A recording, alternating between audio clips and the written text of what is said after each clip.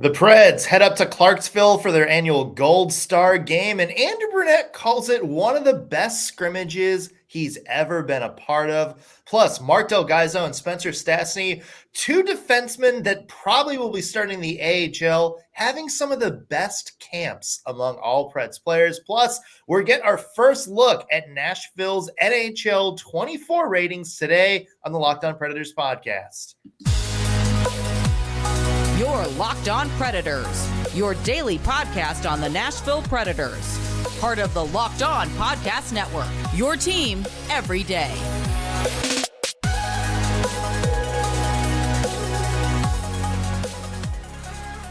Thank you for making the Locked On Predators podcast your first listen of the day. Every single day, we are your free daily Nashville Predators podcast, part of the Locked On Podcast Network, your team every day. As always, I want to start with a special hello to our loyal Locked On Pred heads out there, the everydayers who tune into every single show. We love you guys. We appreciate the support you give us week after week.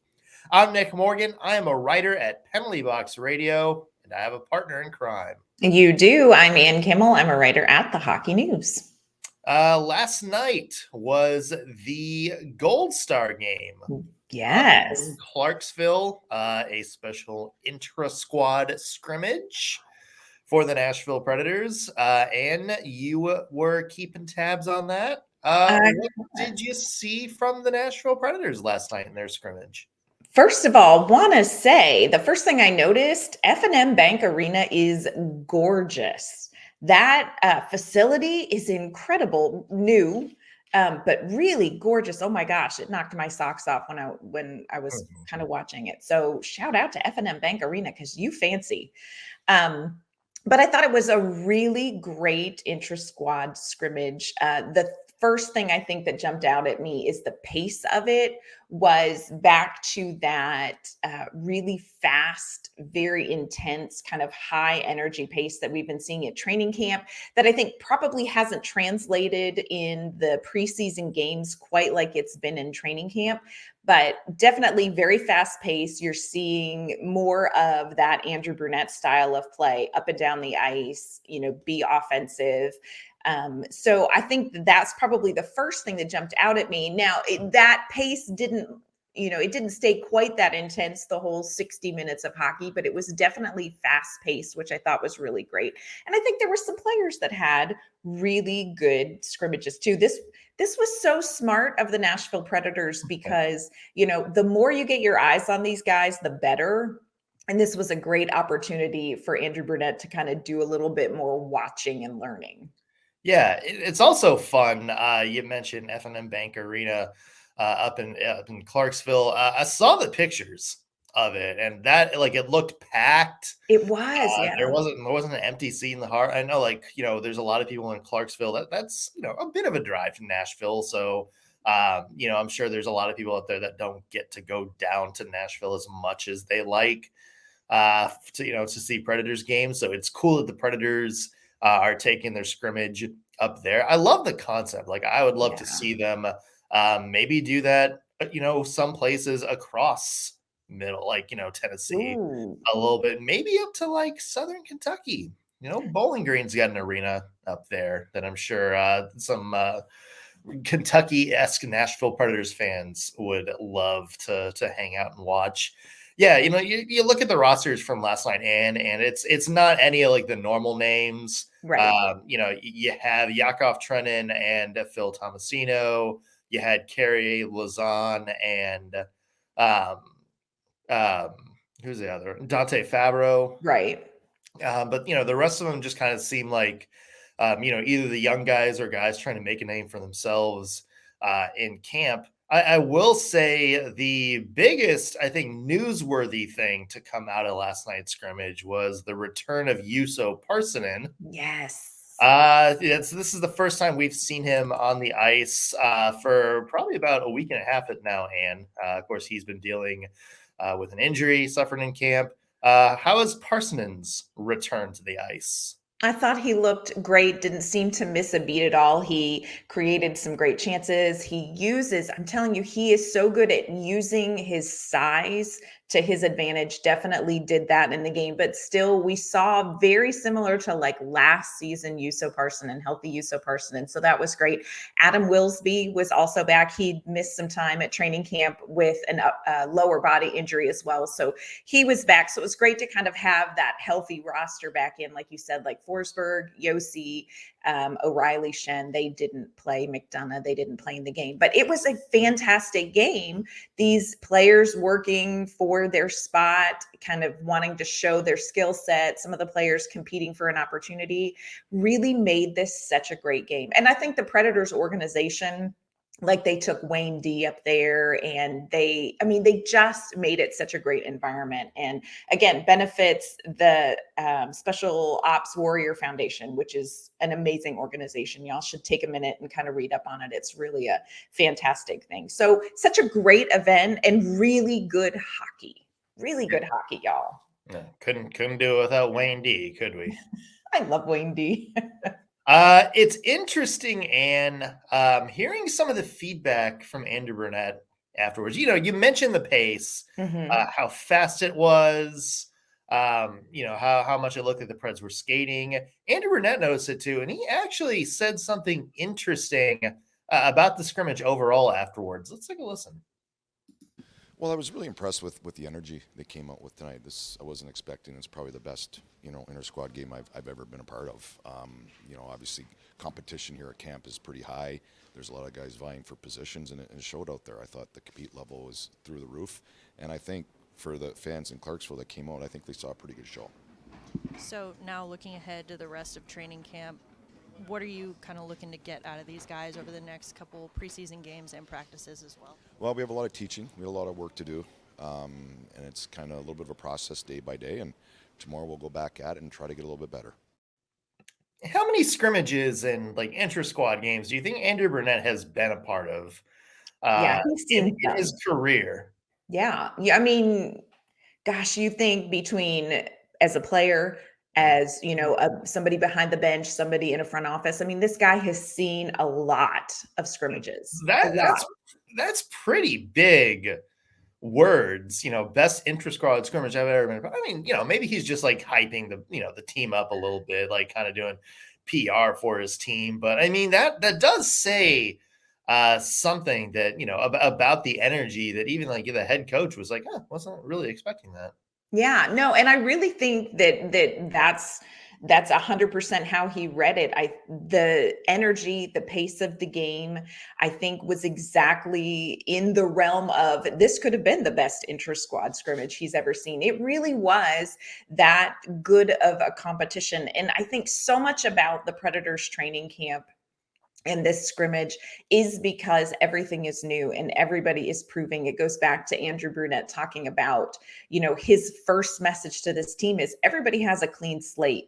I'm not coming in here with any preconceived notions, whether you are a veteran or whether you are a rookie. So come in here and show me what you can do. And, you look at a player like Tanner Molendyk, just drafted in, was it June?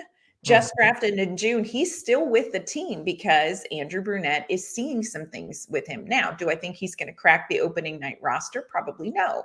But he is proving himself. And I think that there are a couple of players that are taking this clean slate opportunity and are embracing it and are really running with it. And Andrew Brunette gets to see that. And we all got to see it last night in this scrimmage. So this is such a golden opportunity for all of the players. And I think it's been really good to see that you don't see anybody kind of assuming anything. You don't see Philip Forsberg or Roman Josi assuming anything along with these younger players. Yakov Trenin, I think, is having a fantastic camp. He is showing what he can do. He is all, putting it all in there. He's not just coasting on the, I know I'm in.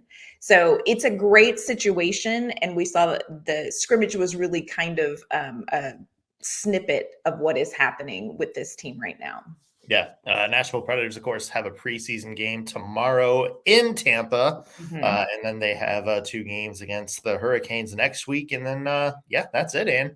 That's it. And we got regular season hockey on the horizon after that. Gosh. We're ready. We're something. All right. 2 of the people you mentioned that have seemingly popped up a bunch this training camp have been Marc Del Gaizo and Spencer Stastney. Interesting storylines on them. Yeah. Two players who have stood out. One we sort of expected, one we didn't. So we'll talk about their camps coming up in just a second. But first, want to mention today's episode brought to you by DoorDash. We all know DoorDash, right? That's the place where if you don't feel like cooking, you don't want to go out of the house for carry out, all you have to do is log onto the app, order food from your favorite restaurant, and it's at your door in minutes. We all know DoorDash, but did you know that you can also get your groceries from DoorDash as well? Yep, you trusted DoorDash to deliver your restaurant favorites. So now you can get the grocery delivery that actually delivers too. DoorDash has thousands of grocery stores to choose from, so you'll know you're finding the best in your neighborhood, and every order boosts your local economy so you can feel good about placing your order. You get exactly what you ordered, or DoorDash makes it right so you can sit back and enjoy quality groceries you just picked yourself. And if you want even more value, you can save on all of your grocery and restaurant favorites with $0 delivery fee on eligible orders with a Dash Pass membership, and with easy substitutions right in the app and best-in-class customer support. DoorDash delivers groceries exactly how you want it. Right now, you can get 50% off your first DoorDash order up to a $20 value when you use code LOCKED at checkout. Limited time offer, terms apply. Again, that's $50 off up to $20, no minimum subtotal, and zero delivery fees on your first order when you download the DoorDash app and enter code LOCKED. Don't forget, that's code LOCKED for 50% off your first order with DoorDash. All right, Ann, we are talking Nashville Predators training camp, Gold Star game last night. And of course, one of the players that stood out again is Marc Del Gaizo. And it's noteworthy that he keeps standing out in these camps, in these preseason games, because Del Gaizo was sort of the prospect that everyone kind of forgot about heading into this camp. Of course, he was, a lot of people were very high on Del Gaizo for a couple of years when he first came over, when he first started playing in Milwaukee. There's a lot of people that's like, oh, yeah, he's going to be the next man up. And it seems like he's kind of fallen down the Predators' organizational depth chart a little bit. We have guys like somebody we're going to be talking about in just a second pass him on the depth chart. You've had some other guys come in or get drafted that I think a lot of people are like they're more have more of an NHL ready pedigree than him. So it's interesting that now again Marc Del Gaizo is starting to look like a player who could make some noise should he ever get a call up to the Nashville Predators team. Yeah, I have loved watching Marc Del Gaizo in training camp. And I would agree with what you said. He's probably not somebody that we've talked a ton about this offseason. The defensive core, we've talked about this a lot on the show. There's a lot of NHL experience on the defensive core. And I think that we've kind of figured out the top two pairings are going to be the veteran guys. Who is going to be in that third pair? We've talked about Fabro Carrier. You've got Jeremy Lauzon. You've got Jake Livingstone. Spencer Stastney played 8 games up in the NHL. I don't know that it would have dawned on us maybe in the offseason to say, well, Marc Del Gaizo maybe. And here's what I would say. I'm not saying that Marc Del Gaizo is necessarily going to crack the opening night roster, but what I will say is that nobody in Nashville is going to be surprised to see him get a call up for the Predators if there is a need for a defenseman to be called up. He has had one of the best camps of any of the players that I've seen. And he's done it very quietly, but it's been very intentional for him. He has taken, again, this blank slate message and fully embraced it. And we talked with him last week at training camp, and he was very upfront and said, look, I have a chip on my shoulder. Like, I came into this camp with a chip on my shoulder because y'all didn't call me up last year. And I think I was ready. And if you look at his season last year with the Milwaukee Admirals, he started off pretty good and he just continued to get better. And in the postseason, he was one of the best players in the postseason. You know, he was second in points in the postseason behind Luke Evangelista, tied for third or fourth in goals in the postseason, and just defensively sound. So Marc Del Gaizo has come in with something to prove. And I think he has done so much with the opportunity he's been given. You see him playing really smart positionally. You know, he was the defender back in a 2-on-1 in the Gold Star game last night. And he very clearly, intentionally says, I'm going to play the pass, you take the shot. You know, so I think he's making really smart decisions. And I think Andrew Brunette is noticing. He's seeing what Marc Del Gaizo is doing. Yeah. And it's interesting because when we were having this conversation about, Cole Smith earlier this year, I mean, you said the line that certain players look different simply because they're playing different. You know, whether it's they're being used a little bit different, whether they've really gone and worked on themselves during the off season, you've noticed it. And Del Gaizo seems like one of those players where he's looked at and said, look, for whatever reason, I sort of fell down the depth chart early on and, I wasn't getting an NHL shot. And he's come in, gotten a fresh look from, fresh brain trust. Yes. And he's done the work too on his end. And it's interesting because I really like Del Gaizo a few years ago. I thought he was a really good puck carrier. I thought he's, kind of an underrated skater. And it seems like better late than never, he's now starting to put some of those, high potential pieces that we saw from him a few years ago all together. Yeah. And if he does that, not just the Admirals are going to have a great player, but the Predators may have somebody that they can call up in a pinch and play well too. Yeah. And I think Andrew Brunette is noticing that at the end of the Gold Star game, his team was down a goal. They pulled the goaltender, and who was quarterbacking that extra attacker in the last minute was Marc Del Gaizo. I mean, he was out there with Evangelista and Kimmel and Glass and, Tomasino. So he is earning a lot of respect. He's earning ice time. Andrew Brunette wants to see what he can do. And I'm loving what he is doing with the opportunity he's been given. He just is doing so many little things really well. So it'll be interesting to see what his whole season looks like. Again, with the defensive depth, don't know that he's going to get the start right out of camp, but he has done everything he can do with this opportunity. It's been really impressive. And at the other end, you have somebody like Spencer Stastney. Yes. Now, this was a guy who a lot of people were expecting a big camp from last year. He came in to the NHL, after 4 years in Notre Dame. He got his first NHL call-up, and a lot of people were impressed right away. I think Alex Doherty mentioned it's like he might low-key be one of the best Pred skaters in camp. Overall, sure. This is a guy who's played 18 NHL games. So a lot of people were expecting big things from him, but I think it's key that he's delivered early on in camp as well. Yeah, I would agree with that too. You kind of wonder when young players come in and they make a really good first impression, which Spencer Stastney did at the end of last season. He made such a good impression. What's next? Is that a mirage? Was it just perfect timing? Or is that really what his skill set is? And I think what we're seeing in camp is we saw what Spencer Stastney's skill set is. You talk about his skating. I think there are people who would say he's probably one of the top 5 skaters in the entire AHL. He's that good. He is that good. And it's so funny. We talked about Tanner Molendyk, who, the Predators just drafted, and his skating is his calling card. He and Spencer Stastney, 2 of the best young skaters in the sport right now, and the Nashville Predators have him on their team.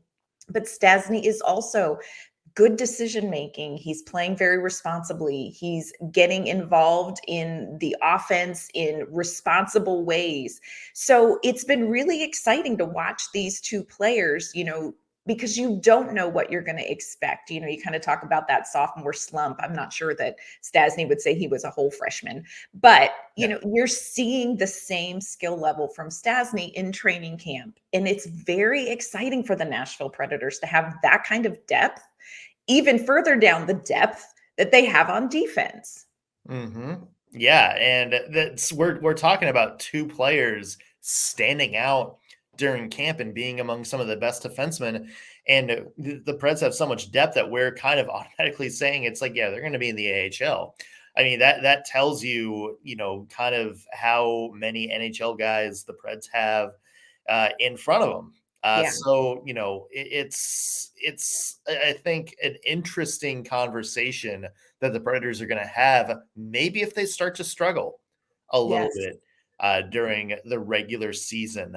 Maybe somebody like an Alexander Carrier or Dante Fabro or Jeremy Lauzon start having maybe some rough stretches during the year. And if you look down at Milwaukee and you see one of these two guys being like, these guys are tearing it up. And remember, they were tearing it up in camp.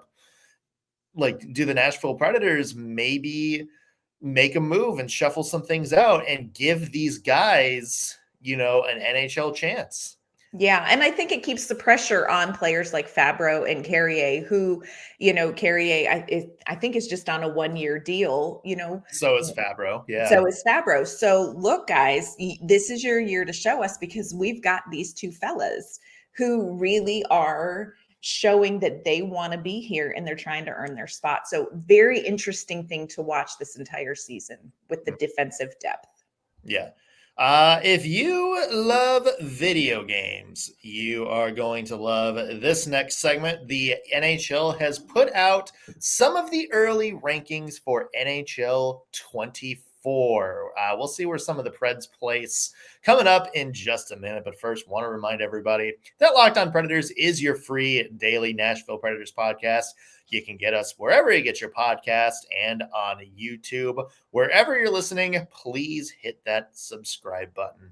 As Ann mentioned, we are counting down to the regular season, 2 preseason games next week. We are going to talk about some of the roster battles that are happening throughout camp. Who's going to be on the fourth line? Who's going to be that extra forward? Where could somebody like Zachary LaRue all of a sudden maybe compete for a spot? That's going to be on next week's show. All right, Ann. It is a big day for, I think, a lot of NHL fans, video gamers alike. The NHL 24 ratings are slowly and surely starting to come out. The NHL has released the top 20 players from each position, going through these very, very slow. We have a couple to talk about on the list. Let's go through the number 2 overall defenseman in the entire game, Roman Josi at 94 overall. Should point out higher overall than Austin Matthews, which I think some people are kind of raising their eyes out. Just 1 ratings point behind Cale Makar. I love this. Very interesting. Roman Josi, I think, look, this is what we're going to say. There are some players in the Nashville Predators, and we'll get to another one, who may be perhaps overlooked for whatever different reasons. And it's nice to see Roman Josi kind of get acknowledged in this way. I mean, a Norris Trophy would be good too. And your dog absolutely is so all offended. on board on this. Yeah. Mojo, so offended. Yeah. Mojo is absolutely on board Roman Josi being 94 overall. It's good to see recognition, because as the NHL, I think it was Mike Rupp on NHL Network pointed out, it's like, hey, over the last 5 years, Roman Josi leads all defensemen in scoring. And he is only, I think, the third player over the past 30 years to lead his entire team in scoring 4 consecutive years. There's not a lot of defensemen that did that. So, Roman Josi getting recognition. Here's something to be a little bit maybe more angry out. Oh, yeah. UC Saros, 89 overall, the number 6 goalie in the game. What does the man have to do, y'all? What does the man have to do? So I'm trying He's to the Rodney Dangerfield of goaltenders. He gets no respect. Yeah, let's see. I'm trying to find who's ahead of him. Here we go. So it was Vasilevsky was number 1. That's not in the last. game, which I don't even. Yeah, well, Bless. Have surgery out. What, 2 months? 2 months. Bless. I guess he's got to play somewhere. Better place than EA Sports. And then a tie for second between Ilya Sorokin and Igor Shesterkin with 92 overall. Hellebuck was 91 overall. He's 4th. 5th was a tie between Linus Ullmark and Jake Ottinger, 90 overall. Our friend Linus Ullmark, I may add. Yeah. And then you had Saros at 89, 1 spot above Freddie Anderson. First off, I take umbrage with a lot of these ratings. I thought Shesterkin should be number 1. Yeah. I think if you're gonna have anybody, you would tie Saros and Sorokin.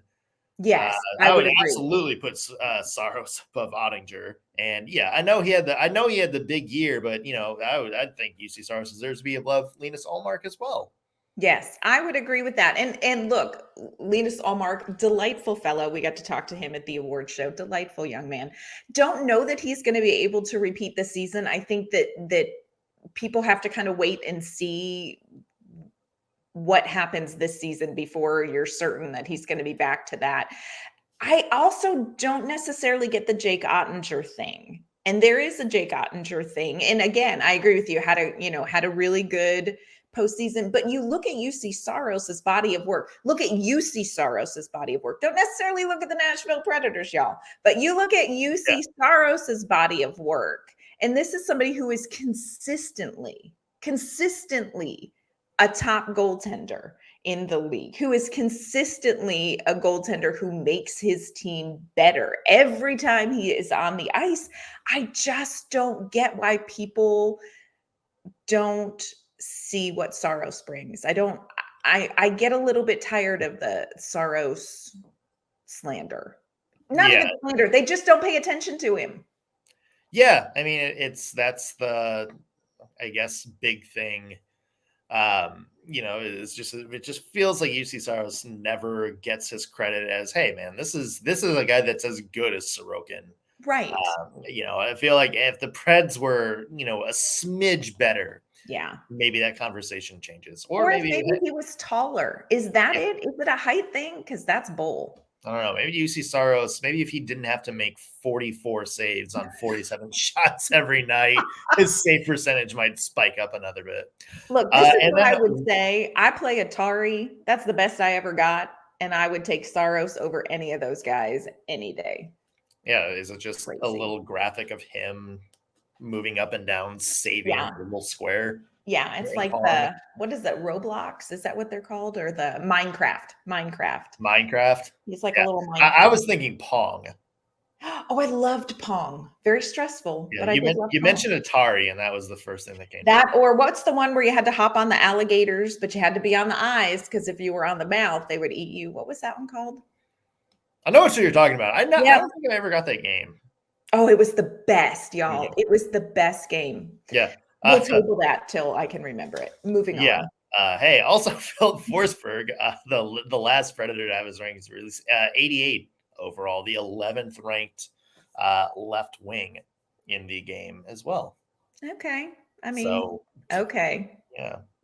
All right.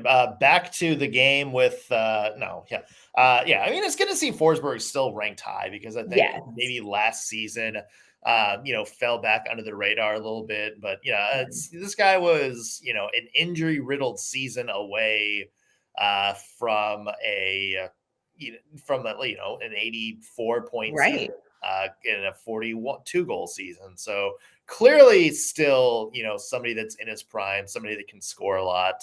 And, it's good to kind of see him, I guess, get the recognition. Yeah. And hopefully, another season, this one with Ryan O'Reilly, I think, he could get back to 42 goal Philip Forsberg, which is a great nickname. Yeah, absolutely. Hey, what's your favorite Atari game to those of you listening Why at can't home? I think of it? Yeah, let us know. Let us know in the comments. Or, comment on literally any hockey thing we've discussed today. We'll, of course, be back next week with all new episodes. And where can people find your work? You can find my work online at InsideThePreds.com. You can find me on Twitter X at @AnK_Mama on Ice. You can find me at penaltyboxradio.com or follow me on Twitter X at _NSMorgan. Also, be sure to follow the show on Instagram and Facebook. Just search Locked On Predators to find us, or on that website at LO_Preds. Predators.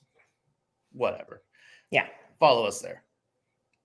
That's going to do it on today's Locked On Predators podcast. It's a Friday show, if you can't tell. We'll be back next week with all new episodes. We'll see you then.